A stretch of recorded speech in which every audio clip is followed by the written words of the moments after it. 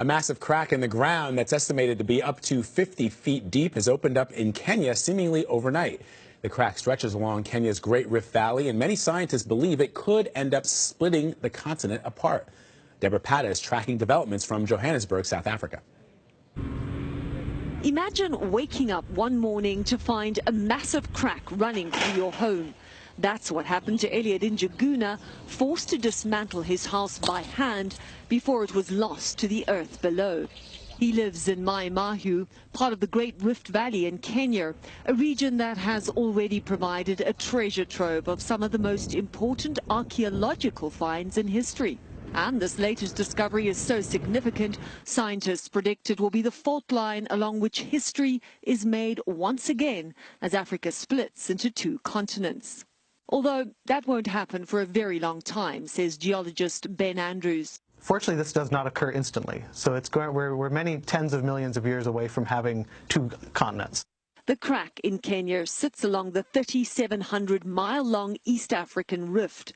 Geologists say that rift is growing larger as two tectonic plates move away from each other.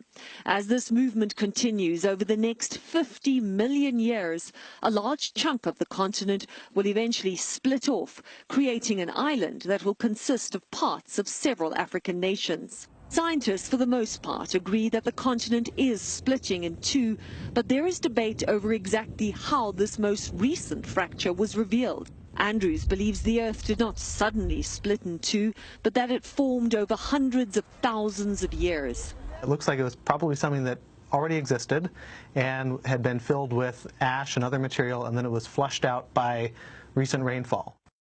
Joining me now from Johannesburg is CBS News foreign correspondent Deborah Pata. She's going to talk to us a little bit about this split. So, Deborah, this giant crack in the earth opened up in what seems like a matter of days. Can you give us an idea of how large it is and what geologists say may have caused it?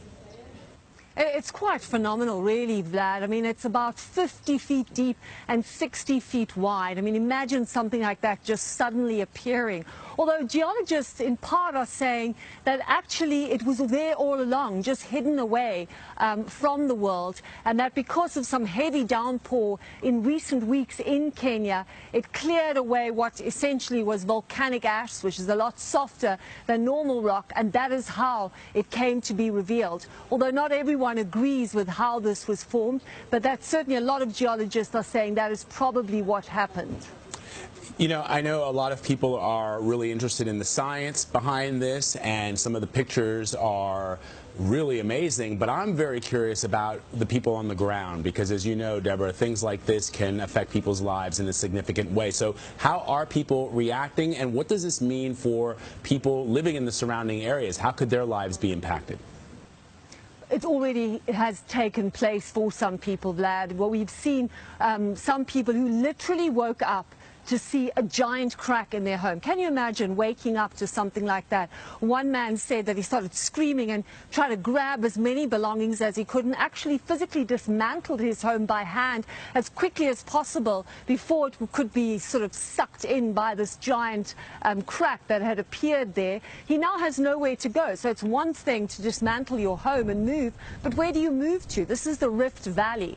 This crack lives on a line that is about 3,700 miles long, and there are faults all along there, so this could happen again.